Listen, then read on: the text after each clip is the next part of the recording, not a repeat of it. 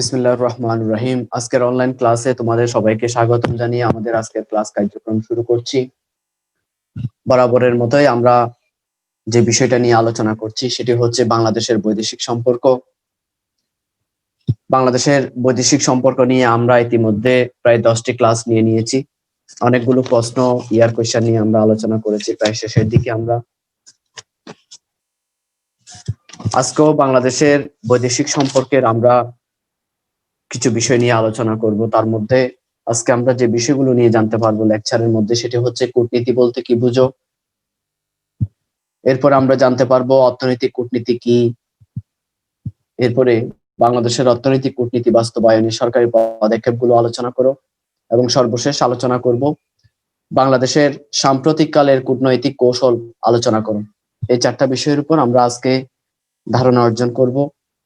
তো আমাদের সর্বপ্রথম যে 2টি প্রশ্ন সেটি হচ্ছে যে কূটনীতি বলতে কি বুঝো, অর্থনৈতিক কূটনীতি বলতে কি বুঝো। এই 2টি প্রশ্ন পার্ট বির প্রশ্ন, এবং বাংলাদেশের অর্থনৈতিক কূটনীতি বাস্তবায়নে সরকারি পদক্ষেপগুলো আলোচনা করো, এবং বাংলাদেশের সাম্প্রতিক কালের কূটনৈতিক কৌশল আলোচনা করো। এই 2টি হচ্ছে পার্ট সির প্রশ্ন। তো আমাদের সর্বপ্রথম যে প্রশ্নটি আসছে সেটি হচ্ছে কূটনীতি কি, অথবা কূটনীতি বলতে কি বুঝো। এই প্রশ্নগুলো এই ধরনের আসে, অনেক সময় আসে যে কূটনীতির ইংরেজি প্রতিশব্দ কি, কূটনীতি কি। এই বিষয়গুলো মোটামুটি আসে পার্ট বি তে, অনেক সময় আসে, আবার পার্ট এ তেও আসে। তো আমাদের সর্বপ্রথম যে প্রশ্ন সেটি হচ্ছে কূটনীতি কি, কিংবা কূটনীতির সংজ্ঞা দাও। এই কূটনীতি সম্পর্কে আমরা জানতে হলে সর্বপ্রথম কূটনীতির ইংরেজি প্রতিশব্দ আমরা স্ক্রিনে দেখতে পাচ্ছি যে কূটনীতির ইংরেজি প্রতিশব্দ হচ্ছে ডিপ্লোমেসি। কূটনীতি সম্পর্কে সাধারণ ধারণা হলো বিভিন্ন রাষ্ট্রের সরকারের মধ্যে সরকারি সম্পর্ক পরিচালনার ক্ষেত্রে বৃদ্ধি এবং কৌশল প্রয়োগ করা। অর্থাৎ এখানে একটা জিনিস বোঝানো হচ্ছে, সেটি হচ্ছে যে কূটনীতি হচ্ছে মূলত একটি রাষ্ট্রের সাথে অন্য একটি রাষ্ট্রের সম্পর্ক স্থাপনের একটি মাধ্যম। আমরা জানি যে পররাষ্ট্রনীতি, আমরা পড়েছিলাম যে পররাষ্ট্রনীতির যে একটি স্লোগান, সকলের সাথে বন্ধুত্ব, কারোর সাথে শত্রুতা নয়। এই যে পররাষ্ট্রনীতির একটি শাখা হিসেবে এই কূটনীতি কাজ করে।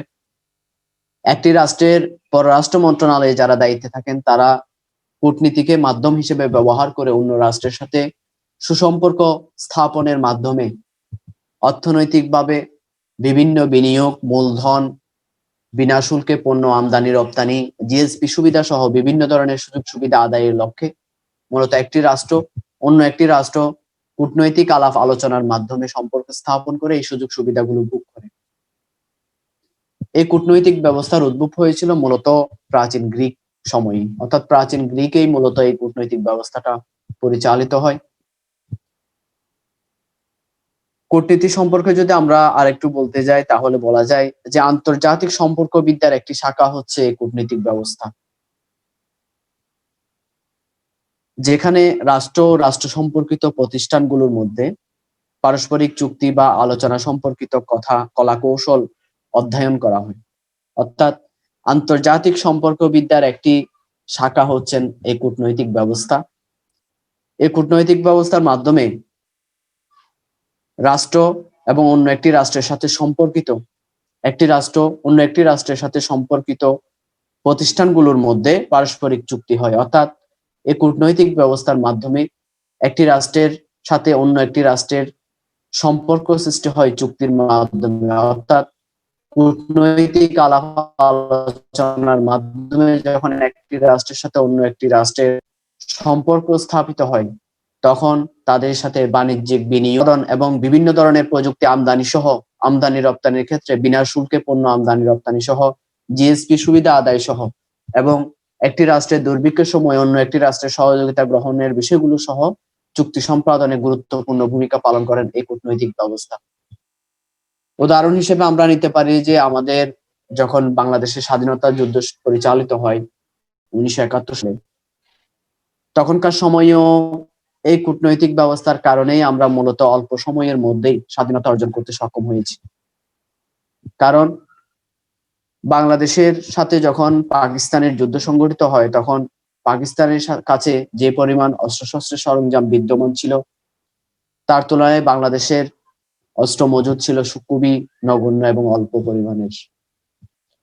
কূটনৈতিক প্রক্রিয়ার মাধ্যমে এই বাংলাদেশের স্বাধীনতার গুরুত্ব প্রয়োজনীয়তা যদি বিশ্ববাসীর কাছে, বিভিন্ন উন্নত বিশ্বের পরাশক্তি দেশগুলোর কাছে যদি তুলে ধরা না হতো, তাহলে কখনোই উন্নত রাষ্ট্রগুলো বাংলাদেশকে সহযোগিতা করতো না, এবং উন্নত রাষ্ট্রগুলো যদি সহযোগিতা না করতো তাহলে আমরা খুব অল্প সময়ের মধ্যে স্বাধীনতা অর্জন করা খুব কষ্ট হয়ে যেত।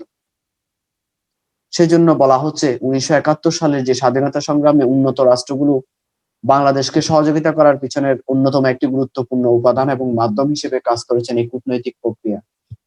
অর্থাৎ কূটনৈতিক কৌশলকে কাজে লাগিয়েই মূলত বাংলাদেশের অবস্থান, বাংলাদেশ যে নির্যাতনের শিকার হয়েছেন সেই বিষয়গুলো উন্নত বিশ্বের কাছে তুলে ধরা হয়েছে এবং বাংলাদেশের পক্ষে জনমত গঠন করা হয়েছে, এবং এই জনমত গঠনের পরিপ্রেক্ষিতেই মূলত উন্নত রাষ্ট্রগুলো বাংলাদেশকে সহযোগিতার হাত বাড়িয়ে দিয়েছেন। আমাদের যে মূল প্রশ্ন, এবং সাথে সাথে এটাও বলতে পারি যে সাধারণত যদি আমরা কূটনীতি কি বলতে যাই, তাহলে এক কথা এটাই বলতে পারি যে কূটনীতি কি? কূটনীতি হচ্ছে কোন রাষ্ট্রের পারস্পরিক নীতি বাস্তবায়নের লক্ষ্যে পরিচালিত সরকারি কার্যক্রম। তাহলে কূটনীতি কি যদি আসে পার্ট এতে, আমরা লিখতে পারি যে কূটনীতি হচ্ছে কোন রাষ্ট্রের পররাষ্ট্র নীতি বাস্তবায়নের লক্ষ্যে পরিচালিত সরকারি কার্যক্রমকেই কূটনীতি বলা হয়। তাহলে আমরা এই কয়েকটি লাইনে আমরা জানতে পারলাম যে কূটনীতির ইংরেজি প্রতিশব্দ হচ্ছে ডিপ্লোমাসি। কূটনীতি কি যদি আসে, তাহলে আমরা লিখতে পারি কূটনীতি হচ্ছে কোন রাষ্ট্রের পররাষ্ট্র নীতি বাস্তবায়নের লক্ষ্যে পরিচালিত সরকারি কার্যক্রমই হচ্ছে কূটনীতি। এবার আমরা পার্ট বির প্রশ্নে আসি যে কূটনীতি কি, বা কূটনীতি বলতে কি বুঝো, কূটনীতির সংজ্ঞা দাও, আমরা কিভাবে উপস্থাপন করব। স্ক্রিনের মধ্যে আমরা দেখতে পাচ্ছি, প্রাসঙ্গিকতায় আমরা নিয়ে আসব যে কূটনীতি এর ইংরেজি প্রতিশব্দ ডিপ্লোমাসি। কূটনীতি সম্পর্কে সাধারণ ধারণা হলো বিভিন্ন রাষ্ট্রের সরকারের মধ্যে সরকারি সম্পর্ক পরিচালনার ক্ষেত্র বৃদ্ধি এবং কৌশল প্রয়োগ। প্রথম বিশ্বযুদ্ধের পূর্বে বৃহৎ শক্তি সমূহ পররাষ্ট্রনীতি প্রণয়ন এবং প্রয়োগের দায়িত্ব পেশাদারী কূটনীতিবিদদের হাতে ন্যস্ত করেছিলাম। অর্থাৎ বলা হচ্ছে প্রথম বিশ্বযুদ্ধের পূর্বে এই কূটনৈতিক ব্যবস্থাটা, অর্থাৎ বিভিন্ন রাষ্ট্রের সাথে, বৃহৎ শক্তি সমূহের সাথে সম্পর্ক স্থাপনের কাজটি এই কূটনীতিবিদদের হাতে ন্যস্ত করা হয়েছিল। কিন্তু প্রথম বিশ্বযুদ্ধের পর রাজনীতিবিদগণ পররাষ্ট্রনীতি প্রণয়ন এবং এমনকি আলাপ আলোচনা পরিচালনার দায়িত্বভার গ্রহণ করেছিলেন। অর্থাৎ যখন কূটনীতিকদের হাতে যখন পররাষ্ট্রনীতির দায়িত্ব অর্পণ করে দেখা গেল প্রথম বিশ্বযুদ্ধ যখন সংঘটিত হয়, তখন বিভিন্ন অনুন্নত রাষ্ট্র সহ বিভিন্ন রাষ্ট্র ব্যাপক পরিমাণ ক্ষতির সম্মুখীন হয়। ফলে প্রথম বিশ্বযুদ্ধের পরবর্তী সময়ে এই কূটনৈতিক ব্যবস্থার দায়িত্বটি রাজনীতিবিদরা নিয়ে নেন এবং এমনকি আলাপ আলোচনা পরিচালনার দায়িত্বভারও গ্রহণ করেছিলেন। অর্থাৎ রাজনীতিবিদরা শুধু কূটনীতির কার্যক্রম পরিচালনা নয়, বিভিন্ন রাষ্ট্রের সাথে আলাপ আলোচনার বিষয়টিও রাজনীতিবিদগণ পরিচালনা করে থাকেন। এটা দিয়ে আমরা প্রাসঙ্গিকতা শেষ করব, এরপরে হেডিং দিব কূটনীতি সংজ্ঞা। আমরা স্ক্রিনে দেখতে পাচ্ছি যে কূটনীতি সম্পর্কে কোনো সর্বজনীন সিদ্ধান্ত নেই। সংক্ষেপে কূটনীতি সম্পর্কে বলা যায়, কূটনীতি হলো এমন একটি প্রক্রিয়া এবং প্রাতিষ্ঠানিক ব্যবস্থা যার মাধ্যমে বিভিন্ন স্বাধীন রাষ্ট্রের সরকারের মধ্যে সংযোগ সাধনের ব্যবস্থা কার্যকর করা হয় এবং বিভিন্ন সরকারের মধ্যে আলাপ আলোচনায় পরিচালিত হয় এবং পররাষ্ট্রনীতিকে বাস্তবায়িত করার চেষ্টা করা হয়। এখানে বলা হচ্ছে যে কূটনীতি সম্পর্কে কোনো নির্দিষ্ট কোনো সংজ্ঞা এখনো পর্যন্ত নির্ধারণ করা সম্ভব হয়নি। এক একজন মনীষী এক এক রকম কূটনীতির সংজ্ঞা প্রদান করেছেন। তারই পরিপ্রেক্ষিতে বলা যায় যে কেউ বলেছেন যে কূটনীতি হচ্ছে একটি রাষ্ট্র অন্য একটি রাষ্ট্রের সাথে আলাপ আলোচনার একটি গুরুত্বপূর্ণ মাধ্যম। আবার অনেকেই বলেছেন যে পররাষ্ট্রনীতিকে বাস্তবায়ন করার একটি অন্যতম কৌশল হচ্ছে কূটনীতি। আবার অনেকেই সংজ্ঞায়িত করেছেন যে কূটনীতি হচ্ছে কোন রাষ্ট্রের পারস্পরিক নীতি বাস্তবায়নের লক্ষ্যে পরিচালিত সরকারি কার্যক্রম। সে কারণে কূটনীতির কোনো নির্দিষ্ট নির্ধারিত কোনো সংজ্ঞা নেই। সেজন্য আমরা লিখব কূটনীতি সম্পর্কে কোনো সার্বজনীন সিদ্ধান্ত নেই। সংক্ষেপে কূটনীতি সম্পর্কে বলা যায়, কূটনীতি হলো এমন একটি প্রক্রিয়া এবং প্রাতিষ্ঠানিক ব্যবস্থা যার মাধ্যমে বিভিন্ন স্বাধীন রাষ্ট্রের সরকারের মধ্যে সংযোগ সাধনের ব্যবস্থা কার্যকর হয় এবং বিভিন্ন সরকারের মধ্যে আলাপ আলোচনায় পরিচালিত হয় এবং পররাষ্ট্রনীতিকে বাস্তবায়িত করার চেষ্টা করা হয়। অর্থাৎ যে সকল রাষ্ট্র স্বাধীনতা অর্জন করেছেন ওই সকল রাষ্ট্রগুলোর সাথে বিভিন্ন আলাপ আলোচনার মাধ্যমে তাদের সাথে সম্পর্ক উন্নত করা এবং পাশাপাশি প্রত্যেকটা রাষ্ট্রের আমাদের নিজ দেশের যে পররাষ্ট্র নীতি রয়েছে ওই পররাষ্ট্র নীতিকে বাস্তবায়ন করার মূল লক্ষ্যই হচ্ছে এই কূটনৈতিক ব্যবস্থা। এরপরে আমরা একজন মনীষী সংজ্ঞা নিব। সর্বপ্রথম দা অক্সফোর্ড ইংলিশ ডিকশনারিতে একটি কূটনৈতিক সংজ্ঞা প্রদান করেছেন। দা অক্সফোর্ড ইংলিশ ডিকশনারিতে বলা হয়েছে কূটনীতি হলো আলাপ আলোচনার মাধ্যমে আন্তর্জাতিক সম্পর্ককে পরিচালনার ব্যবস্থা, অথবা কূটনীতি সেই পদ্ধতি যার মাধ্যমে আন্তর্জাতিক সম্পর্কের সামঞ্জস্য বিধান এবং পরিচালনার ব্যবস্থা করা হয়। তাহলে দা অক্সফোর্ড ইংলিশ ডিকশনারিতে বলা হয়েছে যে কি কূটনীতি হলো আলাপ আলোচনার মাধ্যমে আন্তর্জাতিক সম্পর্ককে পরিচালনার ব্যবস্থা।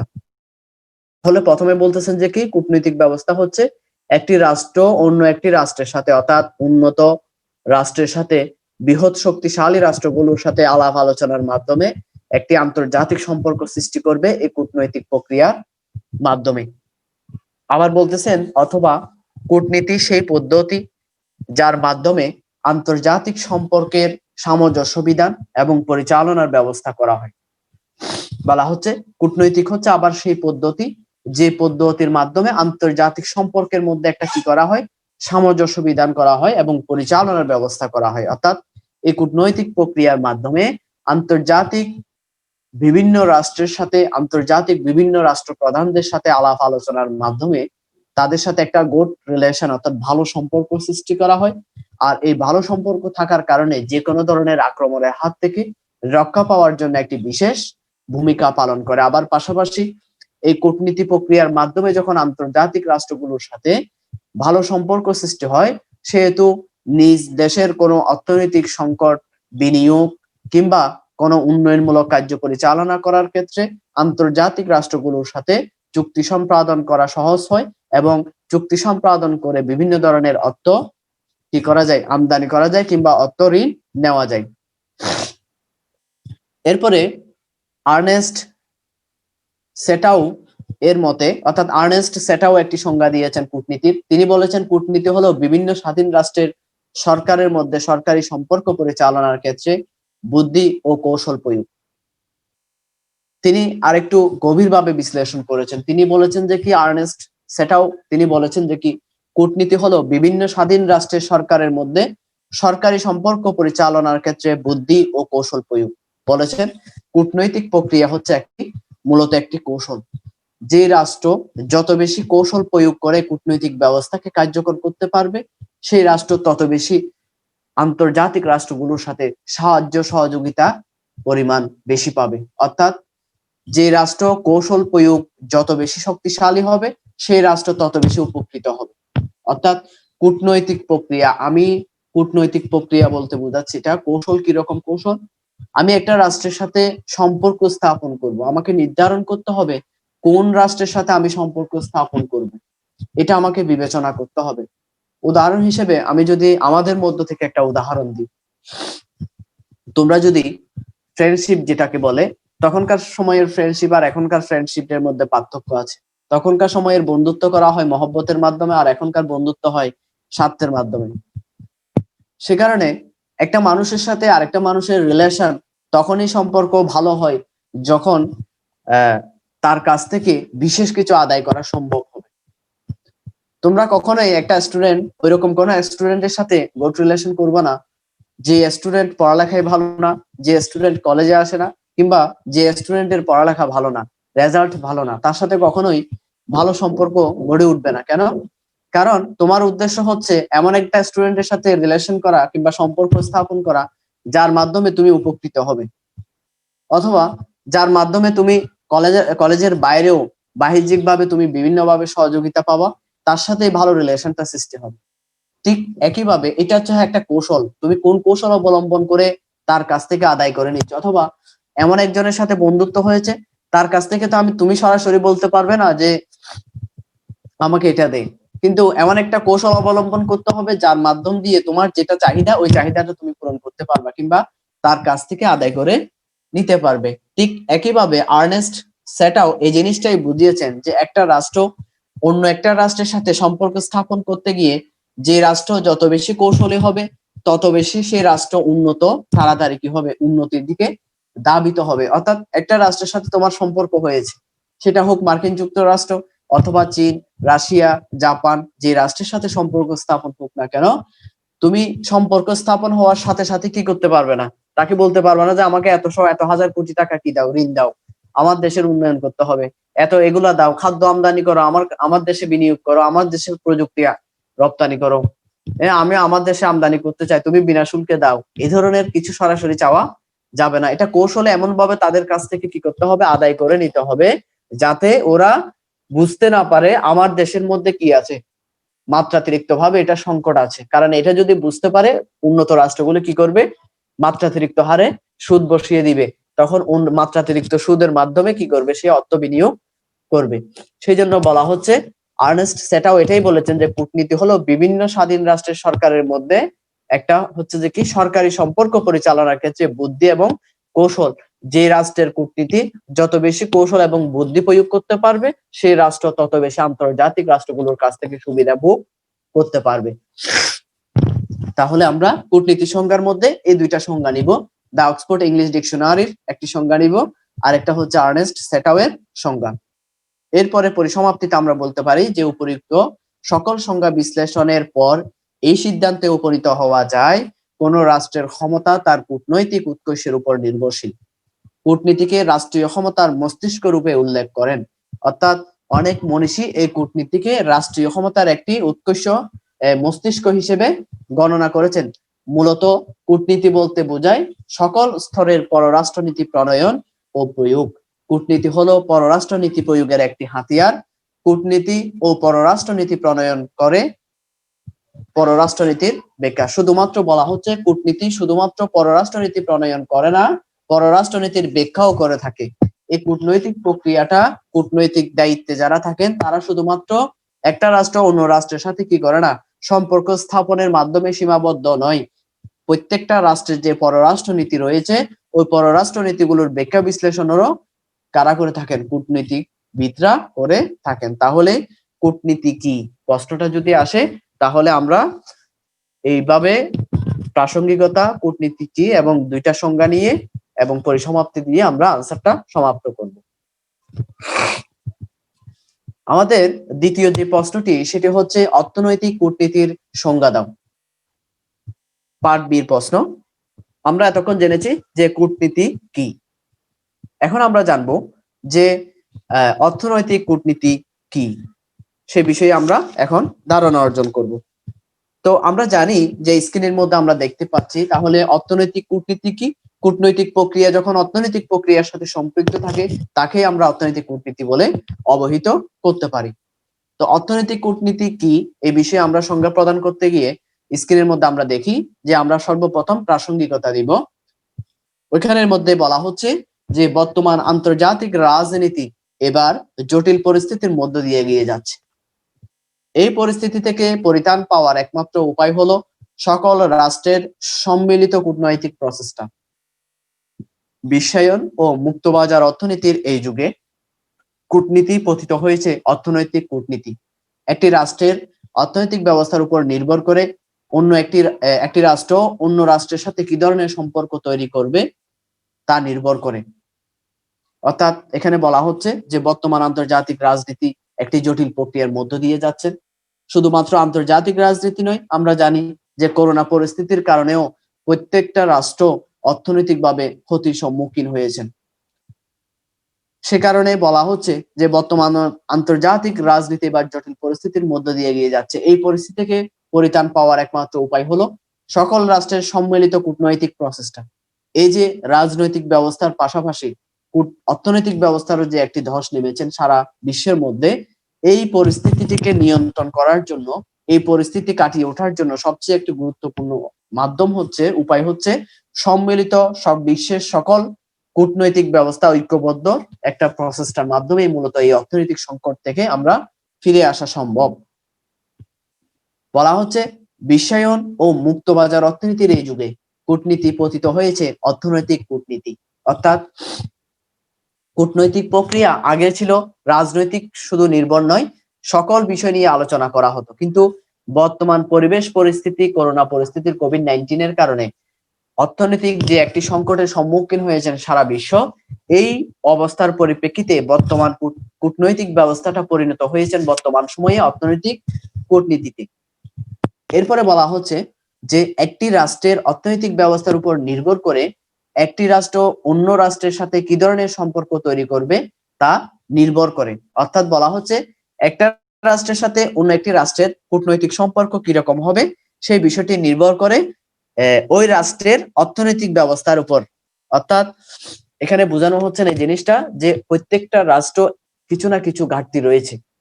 মনে করো আমার দেশে পোশাক শিল্পে রপ্তানিতে উল্লেখযোগ্য একটি অবদান রেখেছেন, আবার অন্য একটি রাষ্ট্র পোশাক শিল্পতে তারা অনেক নিম্ন অবস্থানে করছেন। আবার দেখা যায় তেল উৎপাদনে অন্য একটি রাষ্ট্র অনেক অনেক দূরে গিয়ে, আবার আমার দেশে তেলের সংকট। এভাবে করে এক একটা রাষ্ট্র এক একটা প্রাকৃতিক সম্পদ কিংবা মূল শক্তি দিয়ে অস্ত্রশস্ত্রের মাধ্যমে অর্থনৈতিকভাবে এক একটা রাষ্ট্র এক একটা সাইডে স্বাবলম্বী। তো সেই জন্য বলা হচ্ছে একটা রাষ্ট্রের সাথে অন্য রাষ্ট্রের কি ধরনের সম্পর্ক হবে সেটা নির্ভর করে মূলত কিসের উপর ভিত্তি করে, ওই দেশের প্রাকৃতিক সম্পদ কোনটি রয়েছেন, কিংবা আমার দেশে কি ধরনের সংকট রয়েছেন, কোন পণ্যের সংকট রয়েছে, ওই বিষয়ের উপর ভিত্তি করে অন্য রাষ্ট্রের সাথে কি হয়, সম্পর্ক সৃষ্টি হয়। জাতীয় অর্থনীতির লক্ষ্যকে রক্ষা করার উদ্দেশ্যে বিভিন্ন রাষ্ট্র কর্তৃক গৃহীত অর্থনৈতিক বা বাণিজ্যিক কৌশলকে বিশ্লেষণ করে অর্থনৈতিক কূটনীতি। অর্থাৎ বলা হচ্ছে জাতীয় অর্থনীতির লক্ষ্যকে রক্ষা করার উদ্দেশ্যে মূলত বিভিন্ন রাষ্ট্র কর্তৃক গৃহীত অর্থনৈতিক বা বাণিজ্যিক কৌশলকে বিশ্লেষণ করে এই অর্থনৈতিক কূটনীতি। প্রাসঙ্গিকতা আমরা শেষ করব। এরপরে অর্থনৈতিক কূটনীতি হেডিং দিব। বলা হচ্ছে একটি রাষ্ট্র অন্য রাষ্ট্রের কাছ থেকে অর্থনৈতিক সুবিধা হাসিলে কূটনীতি পরিচালনা করবে।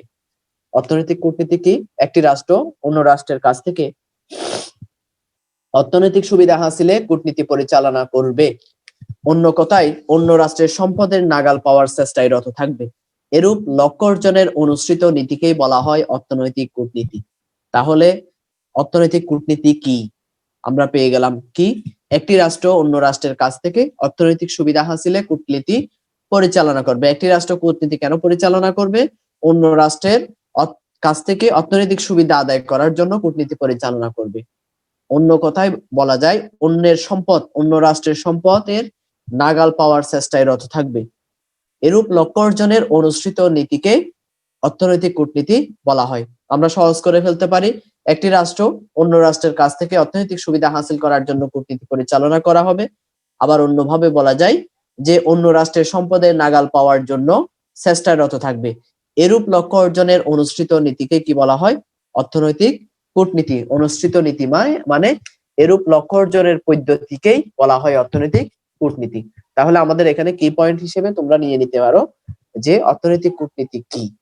এই জিনিসটা অন্য রাষ্ট্রের সাথে অর্থনৈতিক সুবিধা হাসিল করা, আর একটা হচ্ছে অন্য রাষ্ট্রের সম্পদের নাগাল পাওয়ার জন্য যে পদ্ধতি গ্রহণ করা হয় বা যে পদ্ধতি অনুসরণ করা হয় তাকেই অর্থনৈতিক কূটনীতি বলা হয়। দুইটা শব্দ, একটা হচ্ছে একটি রাষ্ট্র অন্য রাষ্ট্রের কাছ থেকে অর্থনৈতিক সুবিধা হাসিল করবে, আর একটা হচ্ছে অন্য রাষ্ট্রের সম্পদের নাগাল পাওয়ার উদ্দেশ্যে যে কৌশল অবলম্বন করে সেটাকে অর্থনৈতিক কূটনীতি বলা হয়। এরপরে আমরা লিখব, সাধারণভাবে বলা যায় যে কূটনীতি দেশের অর্থনৈতিক চাহিদা পূরণোত্তর উদ্বৃত্ত অর্থনৈতিক সম্পর্কে আন্তর্জাতিক জনপদগুলোতে রপ্তানি ও বাজারজাতকরণ, স্বদেশে অর্থনৈতিক মুনাফা ও প্রবৃদ্ধি অর্জনে সহায়তা করে এবং সার্বিক অর্থনৈতিক সমৃদ্ধি অর্জনের লক্ষ্যে নিজেদেরকে নিয়োজিত রাখে, তাকে অর্থনৈতিক কূটনীতি বলা হয়। এখানেও বলা হচ্ছে যে অর্থনৈতিক কূটনীতি প্রক্রিয়ার মাধ্যমে বলা হচ্ছে একটি রাষ্ট্র অন্য রাষ্ট্রের মধ্যে বাজারজাতকরণ সহ বিভিন্ন ধরনের আমদানি রপ্তানি, বিনা শুল্কে জিএসপি সুবিধা আদায় সহ বিনা শুল্কে পণ্য আমদানি রপ্তানি সুযোগ সুবিধা অর্জনের মাধ্যমে অর্থনৈতিক সমৃদ্ধি অর্জনে কাজ করে থাকে। এরপরের প্যারায় আমরা দেখতে পাচ্ছি অর্থনৈতিক কূটনীতি হচ্ছে রাষ্ট্রের সকল অর্থনৈতিক উপাদানের ব্যবহার যার মাধ্যমে রাষ্ট্র তার জাতীয় স্বার্থ অর্জন করে। অর্থনৈতিক কূটনীতি অর্থনীতির সকল কার্যক্রমকে অন্তর্ভুক্ত করে, যা রপ্তানি, আমদানি, বিনিয়োগ, ঋণ, সাহায্য, বিনা শুল্কে বাণিজ্য চুক্তি ইত্যাদি। অর্থাৎ এই অর্থনৈতিক কূটনীতি কি করে থাকেন? রপ্তানি আমদানির ক্ষেত্রে কাজ করে থাকেন, বিভিন্ন রাষ্ট্রের বিনিয়োগ, ঋণ সহযোগিতা পাওয়া, বিভিন্ন দুর্ভিক্ষ সময়ে সাহায্য গ্রহণ করা, বিনা শুল্কে বাণিজ্য আমদানি রপ্তানি করা, এই ধরনের চুক্তিগুলো অর্থনৈতিক কূটনীতির মাধ্যমে পরিচালিত হয়। কিন্তু অর্থনৈতিক কূটনীতি শুধু এগুলোর মধ্যে সীমাবদ্ধ নয়, এটা আরো বিস্তৃত। এতটুকু পর্যন্ত দিয়ে আমরা পরে সমাপ্তি এটাই টানতে পারি যে উপযুক্ত আলোচনা পরিশেষে বলা যায় যে একটি রাষ্ট্র অপর একটি রাষ্ট্রের নিকট থেকে অর্থনৈতিক সুবিধা গ্রহণের উদ্দেশ্যে কূটনীতি পরিচালনা করবে। অন্যভাবে বলা যায় অন্য রাষ্ট্রের সম্পদের নাগাল পাওয়ার চেষ্টা থাকবে। এরূপ লক্ষ্য অর্জন অনুসৃত নীতিকে বলা হয় অর্থনৈতিক কূটনীতি।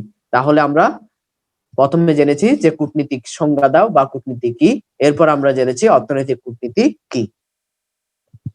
এরপরে আমাদের 3 নম্বর যে প্রশ্নটি আছে সেটি হচ্ছে যে অর্থনৈতিক কূটনীতি বাস্তবায়নে সরকারি পদক্ষেপগুলো কি কি? বাংলাদেশের মধ্যে যে অর্থনৈতিক কূটনীতি রয়েছে, আমরা জানি যে বাংলাদেশের পররাষ্ট্রনীতির অন্যতম বৈশিষ্ট্য হচ্ছে বেগবান ও সক্রিয় অর্থনৈতিক কূটনীতি। একটা রাষ্ট্রের মধ্যে অর্থনৈতিক কূটনীতি যত বেশি সক্রিয় থাকবে, বেগবান থাকবে, গতিশীল থাকবে, তত বেশি ওই রাষ্ট্র অর্থনৈতিক সমৃদ্ধি অর্জন করতে পারবে। তার ধারাবাহিকতায় বাংলাদেশের অর্থনৈতিক কূটনীতি বাস্তবায়নে বাংলাদেশ সরকার বিভিন্ন ধরনের পদক্ষেপ গ্রহণ করেছে। তার মধ্যে আমরা 1 নম্বরে পাই যে বাংলাদেশ সরকার অর্থনৈতিক কূটনীতির ক্ষেত্রে রপ্তানির উপর বেশি জোর দিচ্ছে। রপ্তানি আয় বাড়ানো তথা রপ্তানি উন্নয়ন পদক্ষেপ বলা হচ্ছে বাংলাদেশ সরকার সর্বপ্রথম অর্থনৈতিক কূটনীতির মাধ্যমে বিভিন্ন রাষ্ট্রের মধ্যে, আন্তর্জাতিক রাষ্ট্রের মধ্যে পণ্য কিভাবে রপ্তানি করা যায় তার উপর জোর দিচ্ছেন। অর্থাৎ বাংলাদেশের যেসব শিল্প প্রতিষ্ঠান রয়েছেন তাদেরকে বিভিন্ন ধরনের সুযোগ সুবিধা প্রদান করে তারা যেন আন্তর্জাতিক বাজারে নিজেদের পণ্য রপ্তানি করতে পারে সহজেই, সেই বিষয়ের উপর অর্থনৈতিক কূটনীতির মাধ্যমে সেই বিষয়ের উপর সরকার গুরুত্ব আরোপ করছে। দ্বিতীয় নাম্বার হচ্ছে বিদেশের বাজারে পণ্য প্রবেশের ক্ষেত্রে প্রতিবন্ধকতা কমানোর প্রসেসটা চালানো, যেমন বিনা শুল্কে বিভিন্ন দেশে পণ্য রপ্তানি করার প্রসেসটা। অর্থাৎ বিদেশের বাজারে পণ্য প্রবেশের ক্ষেত্রে প্রতিবন্ধকতা রয়েছে। আমরা দেখি যে একটা পণ্য আমরা যদি দেশের বাইরে রপ্তানি করতে যাই তাহলে অনেক ধরনের প্রতিবন্ধকতার সৃষ্টি হয়, সরকারি বিধিনিষেধ, এবং যে রাষ্ট্রে আমি পণ্য প্রেরণ করব ওই রাষ্ট্রের বিভিন্ন ধরনের কানুনের কারণে আমরা সহজেই পণ্য রপ্তানি করতে পারি না। আর সরকার অর্থনৈতিক কূটনীতিক প্রক্রিয়ার মাধ্যমে বিভিন্ন কৌশল অবলম্বন করে যাতে বিভিন্ন শিল্প কারখানার প্রতিষ্ঠান যাতে সহজেই বিশ্বে অথবা বিদেশের মধ্যে পণ্য রপ্তানি করতে পারে, বিনা শুল্কে বিভিন্ন দেশে পণ্য রপ্তানির সুযোগ গ্রহণ করতে পারে, সেই প্রসেসটা করে যাচ্ছে। 3 নাম্বার হচ্ছে বাইরের দেশগুলোতে বাংলাদেশিদের জন্য কর্মসংস্থানের প্রসেসটা চালানো, যা দেশের রেমিটেন্স বাড়াতে সক্ষম। আমরা জানি রেমিটেন্সের ক্ষেত্রে অর্থাৎ বিদেশে যারা অবস্থান করেন তারা অনেক পরিশ্রম করে অর্থ উপার্জন করে আমাদের দেশে রেমিটেন্স প্রেরণ করেন, এবং এই রেমিটেন্সের মাধ্যমে আমাদের দেশের বর্তমান উন্নয়ন ধারাবাহিকতা অব্যাহত রয়েছে। তো সেটাকে আরো গতিশীল করার ক্ষেত্রে বাংলাদেশ সরকার কূটনৈতিক প্রক্রিয়ার মাধ্যমে বিভিন্ন রাষ্ট্রের সাথে আলাপ আলোচনা করে বহির্বিশ্বে আন্তর্জাতিক বাজারে কর্মসংস্থান যাতে নিজ দেশের কর্মসংস্থানের সৃষ্টি হয়, যাতে কর্মসংস্থান সৃষ্টির মাধ্যমে যাতে আরো বেশি রেমিটেন্স অর্জন করতে পারি, সেই ব্যবস্থাটা বাংলাদেশ সরকার করে যাচ্ছে। এরপরে হচ্ছে বিদেশ থেকে বাংলাদেশে বৈধ চ্যানেলে কষ্টার্জিত বৈদেশিক মুদ্রা অর্জনের জন্য উৎসাহ দান এবং বিশ্বের ব্যবস্থা প্রচলন এবং হুন্ডি রুট ইত্যাদি। বলা হচ্ছে যারা বিদেশে অবস্থান করছেন তারা যাতে বৈধ উপায়ে অর্থ বাংলাদেশে প্রেরণ করেন, কোনো অবৈধ পন্থা অবলম্বনের মাধ্যমে যাতে টাকা প্রেরণ না করেন। কারণ যখন বহির্বিশ্ব থেকে কোনো ব্যক্তি অবৈধভাবে অর্থ প্রেরণ করেন বাংলাদেশে, তখন বাংলাদেশের যে একটা রেমিটেন্স রয়েছে বাংলাদেশ সরকারের, ওই রেমিটেন্সটা থেকে বঞ্চিত হয়ে যায়। আর যখন রেমিটেন্স থেকে বঞ্চিত হয়ে যায় বাংলাদেশ সরকার, তখন বাংলাদেশের উন্নয়নের ধারাবাহিকতাটা ব্যাহত হয়। সেজন্য বলা হচ্ছে যাতে বিদেশে বাংলাদেশিদের যে কষ্টার্জিত অর্থ বৈদেশিক মুদ্রা সেটা যাতে সহজেই অল্প খরচে যাতে বৈধ উপায়ে প্রেরণ করতে পারে সে ব্যাপারে সরকার পদক্ষেপ গ্রহণ করছেন, এবং পাশাপাশি যে হুন্ডি ব্যবস্থা রয়েছে এই হুন্ডি ব্যবস্থাকে কিভাবে রোধ করা যায় সে বিষয়েও কার্যকর পরিচালনা করে যাচ্ছে। এরপরে হচ্ছে বিদেশি বিনিয়োগকারীদের আকৃষ্ট করার জন্য বাংলাদেশের পররাষ্ট্র মন্ত্রণালয়ের ভূমিকা রাখছেন। সরাসরি বিদেশি বিনিয়োগ বৃদ্ধি, সাধনে সর্বাত্মক প্রয়াস চালানো, ইতিবাচক পরিবেশ সৃষ্টিতে প্রচেষ্টা, গ্যাস, বিদ্যুৎ, টেলিযোগাযোগ, অবকাঠামো নির্মাণে বিদেশি বিনিয়োগ প্রচুর সুযোগ রয়েছে। অর্থাৎ বাংলাদেশ সরকার অর্থনৈতিক কূটনীতির মাধ্যমে শুধুমাত্র নিজ দেশের জনগণকে কর্মসংস্থানের জন্য সুযোগ সুবিধা কিংবা কিভাবে পণ্য রপ্তানি করা যায় সহজে সে বিষয়ে কাজ করছে না, পাশাপাশি নিজ দেশে যাতে আন্তর্জাতিক বিভিন্ন রাষ্ট্রগুলো, উন্নত রাষ্ট্রগুলো যাতে বাংলাদেশে বিভিন্ন ধরনের অর্থ বিনিয়োগ সহ বিভিন্ন ধরনের কার্যক্রম করতে পারেন, পরিচালনা করতে পারেন, বিভিন্ন উন্নয়ন কর্মকাণ্ডে যাতে ঋণ প্রদান করেন সে বিষয়ে নিজ দেশের সুষ্ঠু পরিবেশ, ইতিবাচক পরিবেশ সৃষ্টিতে প্রচেষ্টা চালাচ্ছেন এবং পাশাপাশি গ্যাস, বিদ্যুৎ, টেলিযোগাযোগ এবং অবকাঠামো নির্মাণে যাতে বিদেশিরা বিনিয়োগে এগিয়ে আসে সে বিষয়েও কাজ করে যাচ্ছেন এই অর্থনৈতিক কূটনীতির মাধ্যমে। তারপরে বলা হচ্ছে বিভিন্ন রাস্তা থেকে অর্থনৈতিক সুযোগ সুবিধা আদায়, কূটনৈতিক প্রসেসটা অব্যাহত রাখা, বিভিন্ন রাস্তা থেকে আন্তর্জাতিক বাজারে বিভিন্ন ধরনের যে পন্থা রাস্তা রয়েছেন অর্থ বিনিয়োগ কিংবা অর্থ আদায়ের সেই বিষয়ে কাজ করে যাচ্ছেন। এরপরে বলা হচ্ছে তৈরি পোশাক শিল্পের ব্যাপারে মার্কিন যুক্তরাষ্ট্রের বাংলাদেশের কোটা বাড়ানো, জিএসপি সুবিধা পুনর্বহালের প্রচেষ্টা জারি রাখা। অর্থাৎ আমরা জানি যে বাংলাদেশের তৈরি পোশাক শিল্পের ক্ষেত্রে অত্যন্ত গুরুত্বপূর্ণ একটি অবস্থানে রয়েছেন এবং মার্কিন যুক্তরাষ্ট্রে সবচেয়ে বেশি পোশাক আমদানি রপ্তানি করে থাকেন বাংলাদেশের পোশাক শিল্প। তো এই বাংলাদেশের পোশাক শিল্প যাতে রপ্তানির ক্ষেত্রে যাতে মার্কিন যুক্তরাষ্ট্রে কোটার পরিমাণ বৃদ্ধি করা যায় এবং জিএসপি সুবিধা যাতে আবার পুনরায় তারা পেতে পারে সেই বিষয়ে তারা কাজ করে যাচ্ছেন। এরপরে হচ্ছেন দ্বিপক্ষীয় ভাবে বিভিন্ন রাষ্ট্রের সাথে অর্থনৈতিক কূটনীতির উপর সর্বাধিক গুরুত্ব আরোপ করা হচ্ছে। অর্থাৎ বিভিন্ন রাষ্ট্রের সাথে এই অর্থনৈতিক কূটনীতির মাধ্যমে আলাপ আলোচনার মাধ্যমে সম্পর্ক উন্নত করে কি করা যাচ্ছে, বিভিন্ন সুযোগ সুবিধা আদায়ের উপর গুরুত্ব আরোপ করছেন, পরিবেশগত বিষয় উন্নয়নে কাজ করছেন এবং বিজ্ঞান ও প্রযুক্তিগত উন্নয়নেও এই অর্থনৈতিক কূটনীতি কাজ করে যাচ্ছেন। তাহলে আমরা অর্থনৈতিক কূটনীতি বাস্তবায়নের সরকারি পদক্ষেপগুলো আমরা জানতে পারলাম। এই 10টা পদক্ষেপ গ্রহণের মাধ্যমে বাংলাদেশের অর্থনৈতিক কূটনীতি সামনের দিকে এগিয়ে যাচ্ছে। আমাদের আজকের সর্বশেষ যে প্রশ্নটি সেটি হচ্ছে বাংলাদেশের সাম্প্রতিক কালের কূটনৈতিক কৌশলগুলো কি কি। তো আমরা এতক্ষণ পর্যন্ত বাংলাদেশের কূটনৈতিক প্রক্রিয়া, অর্থনৈতিক কূটনীতি এবং অর্থনৈতিক কূটনীতি বাস্তবায়নে কি কি পদক্ষেপ গ্রহণ করেছেন সে বিষয়ে আমরা জেনেছি। এখন আমরা জানবো যে বাংলাদেশের সাম্প্রতিক কালের কূটনৈতিক কৌশলগুলো কি কি। আমরা জানি যে পররাষ্ট্রনীতির একটি স্লোগান আছে, সেটি হচ্ছে সকলের সাথে বন্ধুত্ব, কারোর সাথে শত্রুতা নয়। মূলত এই নীতির আলোকেই স্বাধীনতার পরবর্তী সময়ে আমরা দেখি যে বাংলাদেশের পররাষ্ট্রনীতি প্রণীত হয় এবং বাংলাদেশের সুদীর্ঘ সময় সশস্ত্র সংগ্রামের মাধ্যমে তার কাঙ্ক্ষিত স্বাধীনতা অর্জন করেছেন। তার স্বাধীনতার পরে বাংলাদেশ ঘোষণা দেয় বাংলাদেশের সব সময় পৃথিবীর নির্যাতিত, নিপীড়িত জনগণের পাশে আছে এবং থাকবে। আর এই উদ্দেশ্যকে বাস্তবায়ন করার জন্যই মূলত বাংলাদেশ সাম্প্রতিককালে বিভিন্ন কূটনৈতিক কৌশল অবলম্বন করেন। তার মধ্যে 1 নম্বর হচ্ছে প্রতিবেশীদের সাথে সম্পর্ক উন্নয়ন। 1974 সালে ভারত বাংলাদেশ শান্তি চুক্তি হচ্ছে যে এর অন্যতম। অর্থাৎ বলা হচ্ছে বিশ্বের মধ্যে যতগুলো রাষ্ট্র আছে প্রত্যেকটা রাষ্ট্রের সাথে কি করে থাকবে, প্রতিবেশী যে রাষ্ট্রগুলো আছে প্রত্যেকটা রাষ্ট্রের সাথে একটি ভালো সম্পর্ক স্থাপনের মাধ্যমে এই কূটনৈতিক ব্যবস্থা কৌশল হিসেবে ভূমিকা পালন করবে। অর্থাৎ প্রত্যেকটা রাষ্ট্রের সাথে যখন ভালো একটি সম্পর্ক হবে তখন বিভিন্ন সময়ে সাহায্য সহযোগিতাটা পাওয়া যাবে। 2 নম্বর হচ্ছে যুক্তরাষ্ট্রের সাথে সম্পর্ক স্থাপন।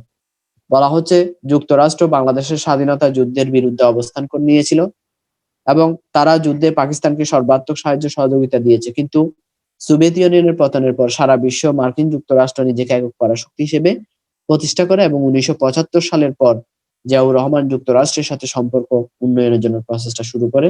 এরই ধারাবাহিকতায় বর্তমানে মার্কিন যুক্তরাষ্ট্র বাংলাদেশের অন্যতম সহযোগী রাষ্ট্র। অর্থাৎ মার্কিন যুক্তরাষ্ট্র যেহেতু পরাশক্তি হিসেবে অর্থাৎ সোভিয়েত ইউনিয়নের পতনের পর যেহেতু একক পরাশক্তি হিসেবে প্রতিষ্ঠা হয়েছে, সেহেতু মার্কিন যুক্তরাষ্ট্রের সাথে কূটনৈতিক প্রক্রিয়ার মাধ্যমে সম্পর্ক স্থাপনের উপর জোর দেওয়া হচ্ছে।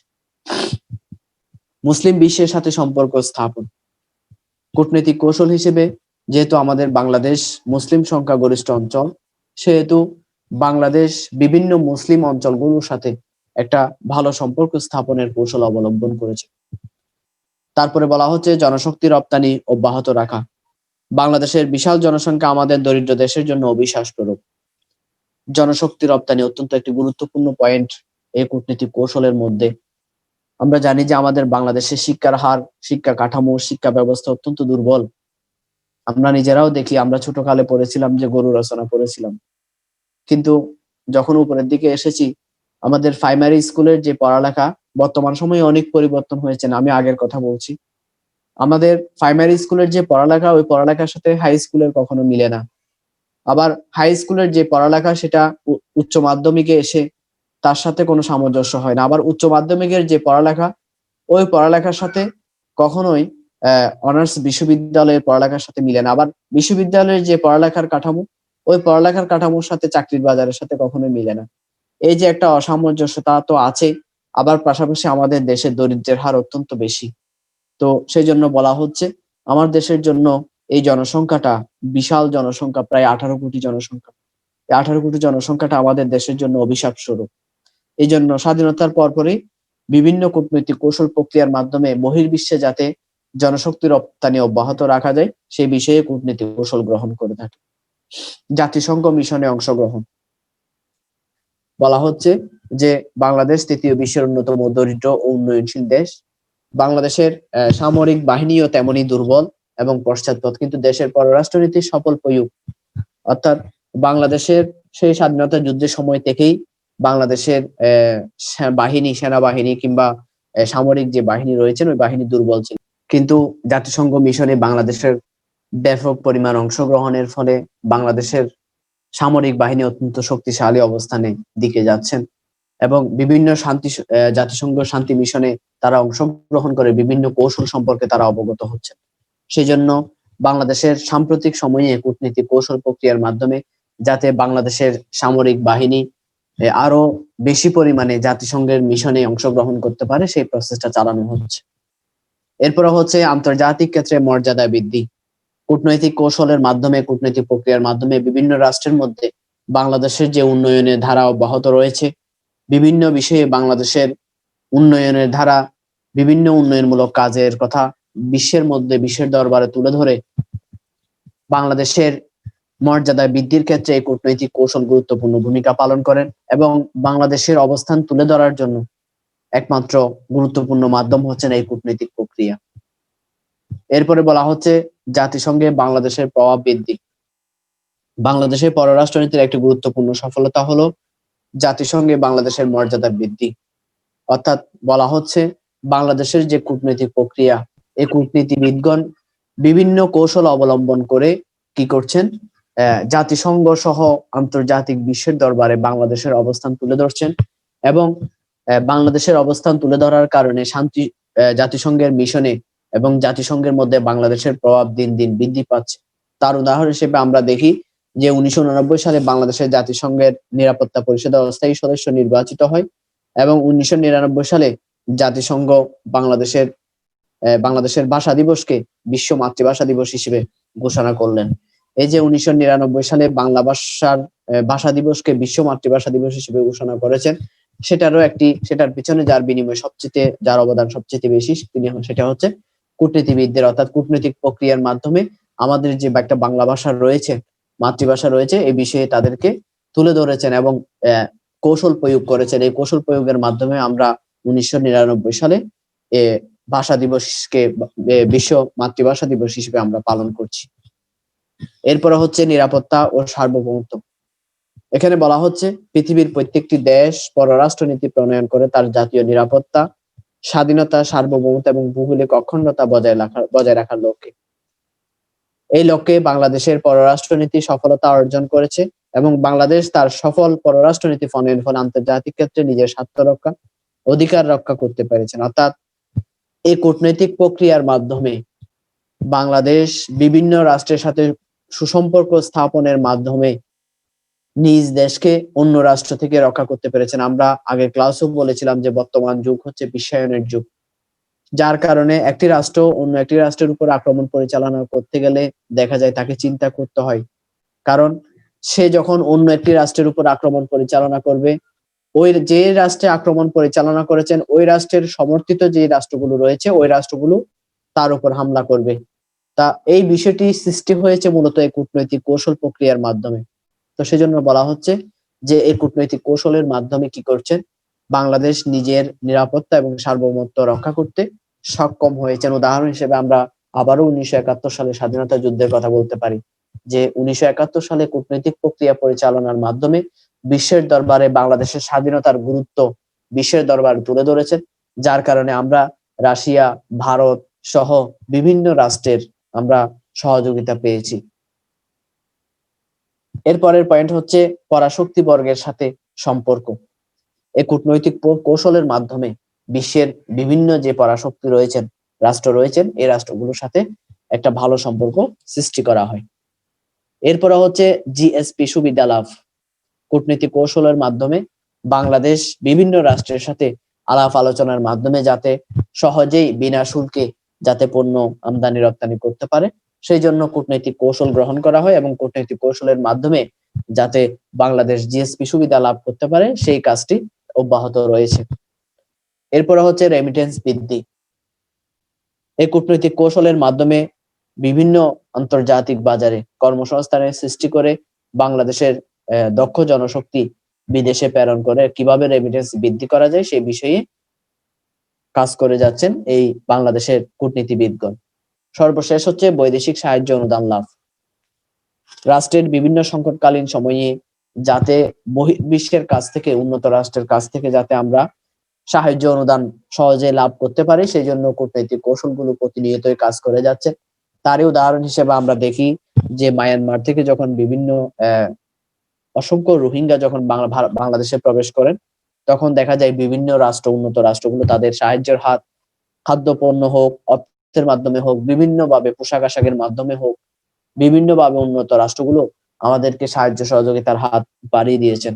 এটি সম্ভব হয়েছে কূটনৈতিক ব্যবস্থার মাধ্যমে। তাহলে আমরা 4টা প্রশ্ন নিয়ে আলোচনা করেছি। সর্বপ্রথম প্রশ্ন আলোচনা করেছি যে কূটনীতির সংজ্ঞা দাও। দ্বিতীয় প্রশ্ন আলোচনা করেছি অর্থনৈতিক কূটনীতি কি। তারপরে আমরা আলোচনা করেছি যে বাংলাদেশের অর্থনৈতিক কূটনীতি বাস্তবায়নের সরকারি পদক্ষেপগুলো কি কি, এবং সর্বশেষ প্রশ্ন করেছি বাংলাদেশের সাম্প্রতিক কালের কূটনৈতিক কৌশলগুলো কি কি। তাহলে আমরা এই 4টা প্রশ্নই ভালোভাবে পড়বো। তাহলে আজকের ক্লাস এখানে সমাপ্ত ঘোষণা করছি। সবাইকে আবারও অসংখ্য ধন্যবাদ জানিয়ে এখানে বিদায় নিচ্ছি। আল্লাহ হাফেজ।